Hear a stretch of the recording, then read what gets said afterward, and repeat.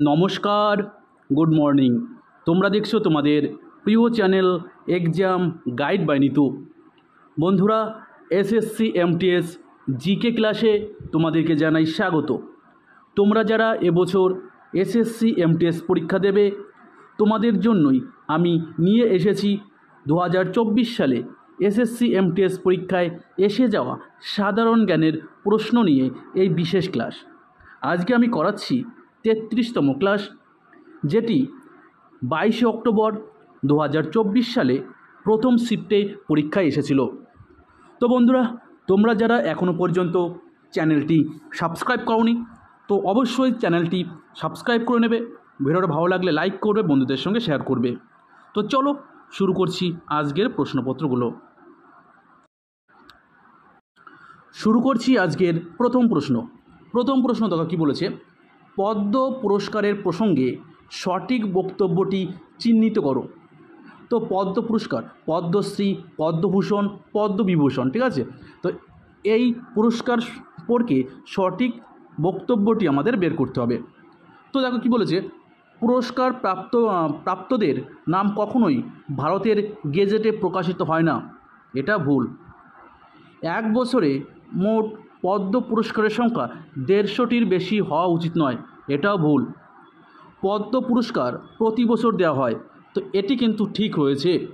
তো পদ্ম পুরস্কার অর্থাৎ পদ্মশ্রী, পদ্মভূষণ এবং পদ্মবিভূষণ, এই পুরস্কারগুলো প্রতি বছরই দেওয়া হয়। আর কি বলেছে, পদ্ম পুরস্কারটি পুরস্কার প্রাপ্তদের নামের সাথে প্রত্যয় বা উপসর্গ হিসাবে ব্যবহার করা যেতে পারে। এটাও কিন্তু ভুল বক্তব্য। পরবর্তী প্রশ্ন, নিচের কোনটি আবহাওয়ার উপাদান নয়? দেখো, আর্দ্রতা, তাপমাত্রা এবং বৃষ্টিপাত এগুলো কিন্তু আবহাওয়ার উপাদান, আর আবহাওয়ার উপাদান নয় হচ্ছে গাছপালা। তো সঠিক উত্তর হবে গাছপালা। নিম্নলিখিত কোন বছর ভারতে এশিয়া কাপ মহিলা ওডিআই ক্রিকেটের আয়োজন করা হয়েছিল? ভারতে প্রথমবার মহিলা ওডিআই এশিয়া কাপ হয়েছিল 2006 সালে। তো সঠিক উত্তর হবে 2006 সাল। পরবর্তী প্রশ্ন কি বলেছে দেখো, বিখ্যাত ইংরাজি উপন্যাস Em and the Big Hoom লিখেছেন? তো Em and the Big Hoom এটা লিখেছেন জেরি পিন্টো। জেরি পিন্টোর লেখা ইংরেজি উপন্যাস Em and the Big Hoom. ভারতের প্রধানমন্ত্রী হলেন ড্যাশ। তো ভারতের প্রধানমন্ত্রী হলেন প্রকৃত নির্বাহী বা দ্য রিয়েল এক্সিকিউটিভ। প্রকৃত নির্বাহী বা দ্য রিয়েল এক্সিকিউটিভ, এটা হচ্ছে ভারতের প্রধানমন্ত্রী। নিচের কোনটি রাজস্ব প্রাপ্তির উদাহরণ নয়? তো আমাদের এখন বের করতে হবে কোনটা রাজস্ব প্রাপ্তির উদাহরণ নয়। দেখো, সম্পত্তি নিবন্ধনের জন্য প্রদত্ত ফি। তো দেখো, সম্পত্তি নিবন্ধন অর্থাৎ সম্পত্তি যখন রেজিস্ট্রি করতে হয় তখন কিন্তু তার জন্য ফি দরকার হয়, ঠিক আছে। এখান থেকেও কিন্তু রাজস্ব প্রাপ্তি হয়। বিশ্ব ব্যাংক থেকে ধার করা অর্থ, দেখো বিশ্ব ব্যাংক থেকে ধার নিচ্ছে অর্থাৎ তোমাকে ধার আবার কিন্তু পরিশোধ করতে হবে। এটা কিন্তু রাজস্ব প্রাপ্তি নয়, ঠিক আছে। তো এটা বিশ্ব ব্যাংক থেকে ধার নেওয়া টাকা, এটা কিন্তু রাজস্ব প্রাপ্তির উদাহরণ নয়। কারণ কি, এই টাকা তো পরে আবার কিন্তু তোমাকে ফেরত দিতে হবে। জিএসটি কর থেকে রাজস্ব প্রাপ্তি, আর ইউনেস্কো কর্তৃক প্রাপ্ত অনুদান। তো ইউনেস্কো থেকে যে অনুদান দেওয়া হয় সেই অনুদানটাও কিন্তু রাজস্ব প্রাপ্তির উদাহরণ, কারণ এই অনুদানটা কিন্তু কখনো আর ফেরত যায় না। পরবর্তী প্রশ্ন, ভারতীয় সংবিধানের কোন অনুচ্ছেদে বলা হয়েছে যে রাষ্ট্রকে কৃষি ও পশুপালনকে আধুনিক ও বৈজ্ঞানিক ধারায় সংগঠিত করতে হবে? তো এটি বলা রয়েছে অনুচ্ছেদ 48।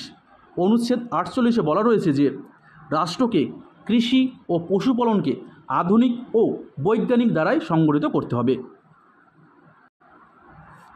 2023-24 সালের কেন্দ্রীয় বাজেটে গ্রিন হাইড্রোজেন মিশনের অধীনে ড্যাশ সালের মধ্যে বার্ষিক 5 MMT উৎপাদনের লক্ষ্যমাত্রা নির্ধারণ করা হয়েছে। তো 2030 সালের মধ্যে, ঠিক আছে। তো সঠিক উত্তর হবে 2030। 2011 সালের ভারতের আদমশুমারি অনুসারে কৃষিক্ষেত্রে নিযুক্ত কর্মীর অংশ কত শতাংশ? তো ভারতের কত শতাংশ লোক কৃষিক্ষেত্রে যুক্ত? তো সঠিক উত্তর হবে 54.6। 2011 সালের আদমশুমারি অনুসারে ভারতের 54.6% মানুষ কৃষিক্ষেত্রে অংশগ্রহণ করে। অ্যালারমেল ভাল্লি নিম্নলিখিত কোন নাচের সঙ্গে যুক্ত? তো অ্যালারমেল ভাল্লি তিনি একজন ভারতনাট্যম নৃত্যের সঙ্গে যুক্ত। ভারতনাট্যম একটি শাস্ত্রীয় নৃত্য যা ভারতের তামিলনাড়ু রাজ্যে পরিবেশিত হয়। মণিপুর রাজ্যে, ওডিসি উড়িষ্যা রাজ্যে, কত্থক উত্তরপ্রদেশের শাস্ত্রীয় নৃত্য। প্রোটিন সমৃদ্ধ জেলটিনাস ডিমের সাদা অংশ গরম করলে একটি কঠিন সাদা রঙে পরিণত হয়, তার কারণ কি? তো এর কারণ হচ্ছে প্রোটিনের বিকৃতি। ঠিক আছে, তো প্রোটিন সমৃদ্ধ জেলিটাস ডিমের সাদা অংশ গরম করলে এটি সাদা রঙে পরিণত হয়, তার কারণ হচ্ছে প্রোটিনের বিকৃতি। নিম্নলিখিত কোনটি ভারতীয় উপমহাদেশের প্রথম উদ্যান সমাধির উদাহরণ? তো ভারতের প্রথম উদ্যান সমাধিটি হচ্ছে হুমায়ুনের সমাধি। তো সঠিক উত্তর হবে হুমায়ুনের সমাধি। হুমায়ুনের সমাধি হচ্ছে ভারতীয় উপমহাদেশের প্রথম উদ্যান সমাধি। এম এ চিদম্বরম স্টেডিয়ামটি নিম্নলিখিত কোন ভারতীয় রাজ্যে অবস্থিত? তো এম এ চিদম্বরম এই স্টেডিয়ামটা কিন্তু তামিলনাড়ুতে অবস্থিত। তো আমাদের যা দেখো দুটো নাম আমরা কিন্তু গুলিয়ে ফেলি, চিন্নাস্বামী স্টেডিয়াম আর চিদম্বরম স্টেডিয়াম। ঠিক আছে, এম এ চিদম্বরম স্টেডিয়াম হচ্ছে তামিলনাড়ু, আর চিন্নাস্বামী স্টেডিয়াম ওটা হচ্ছে কর্ণাটকের ব্যাঙ্গালোরে। চিন্নাস্বামী স্টেডিয়াম, ঠিক আছে, চিন্নাস্বামী স্টেডিয়াম হচ্ছে ব্যাঙ্গালোরে, আর এম এ চিদম্বরম স্টেডিয়াম তামিলনাড়ুতে। তো এই দুটো নাম কিন্তু আমাদের প্রায় কিন্তু গুলিয়ে ফেলি আমরা। জানুয়ারি 2025 কাকে ন্যাশনাল টেকনিক্যাল রিসার্চ অর্গানাইজেশনের চেয়ারম্যান হিসেবে নিযুক্ত করা হয়েছে? তো জানুয়ারি 2025-এ রাজেশ আর্যকে NTRO অর্থাৎ ন্যাশনাল টেকনিক্যাল রিসার্চ অর্গানাইজেশনের চেয়ারম্যান হিসাবে নিযুক্ত করা হয়েছে। পরবর্তী প্রশ্ন, 2011 সালের ভারতের জনগণনা অনুসারে কেরালা জনসংখ্যার বৃদ্ধির হার কত শতাংশ ছিল? তো কেরালার জনসংখ্যা বৃদ্ধির হার ছিল 4.91 কিন্তু কেরালার জনসংখ্যা বৃদ্ধি ছিল। পরবর্তী প্রশ্ন দেখো কি বলেছে, নিচের কোন রাজ্যে নরওয়েস্টার বারদৌশিলা নামে পরিচিত? দেখো আমাদের পশ্চিমবঙ্গে যেটা কালবৈশাখী সেটা বারদৌশিলা কোন রাজ্যে? তো সঠিক উত্তর হবে আসাম। আমাদের পশ্চিমবঙ্গে যেটা কালবৈশাখী সেটাই কিন্তু অসমে বারদৌশিলা নামে পরিচিত। রানী কি ভাভ হলো একটি ইউনেস্কো বিশ্ব ঐতিহ্যবাহী স্মৃতিস্তম্ভ যা নিম্নলিখিত কোন রাজ্যে অবস্থিত? তো রানী কি ভাভ এটি গুজরাট রাজ্যে অবস্থিত। তো সঠিক উত্তর হবে গুজরাট। 2011 সালের জনগণনা অনুযায়ী ভারতের বার্ষিক জনসংখ্যার বৃদ্ধির হার কত শতাংশ? তো 2011 সালের জনগণনা অনুযায়ী ভারতের বার্ষিক জনসংখ্যা বৃদ্ধির হার ছিল 1.64%।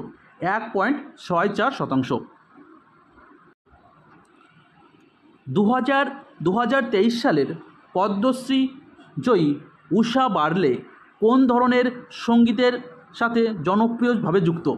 তো ঊষা বার্লে তিনি একজন পাণ্ডবনী সঙ্গীত শিল্পী। ঠিক আছে, তো পাণ্ডবনী সঙ্গীতের সঙ্গে যুক্ত ঊষা বার্লে, যিনি 2023 সালে পদ্মশ্রী পুরস্কার পেয়েছেন।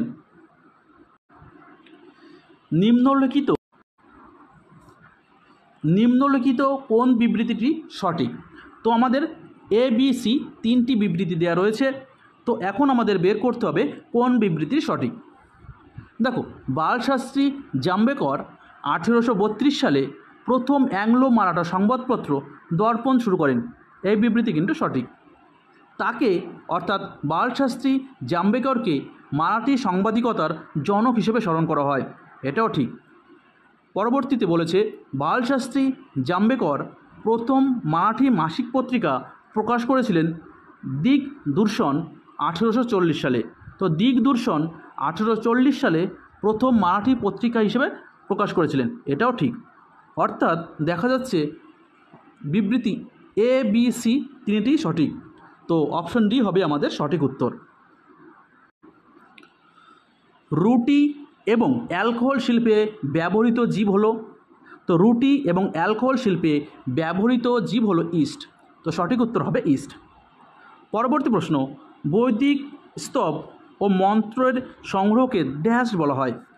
তো বৈদিক স্তব ও মন্ত্রের সংগ্রহকে বলা হয় সংহিতা। তো সঠিক উত্তর হবে সংহিতা।